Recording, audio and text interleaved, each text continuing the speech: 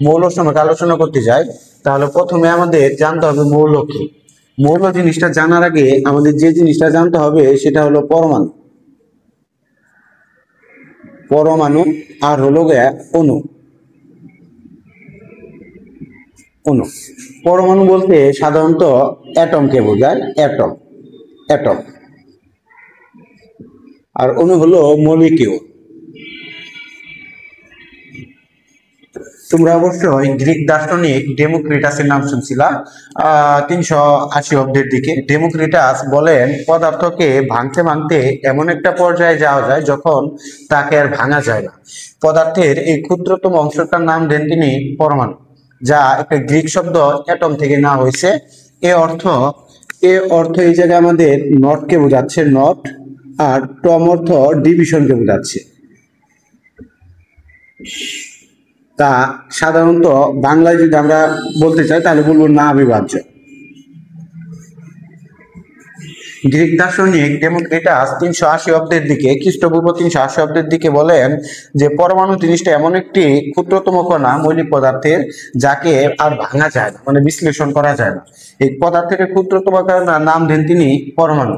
আর পরমাণু গ্রিক শব্দ অ্যাটম থেকে নেওয়া হয়েছে, যার অর্থ হলো অবিভাজ্য।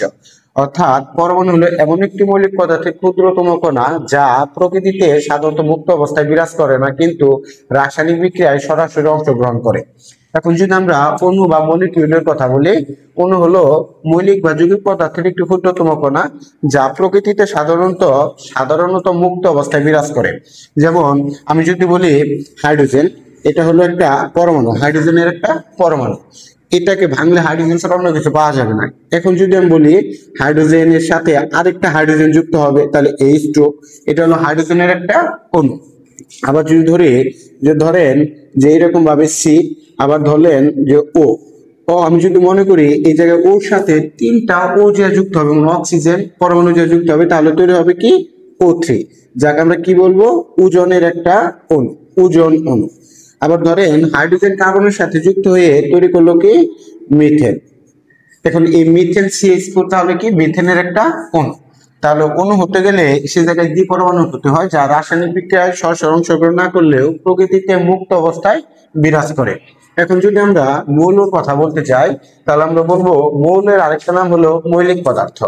মৌলিক বা মৌল বলতে আমরা জানি যে সকল পদার্থকে বিশ্লেষণ করলে ওই পদার্থ ছাড়া অন্য কোনো পদার্থ পাওয়া যায় না, তাকে মৌল বা মৌলিক পদার্থ বলে।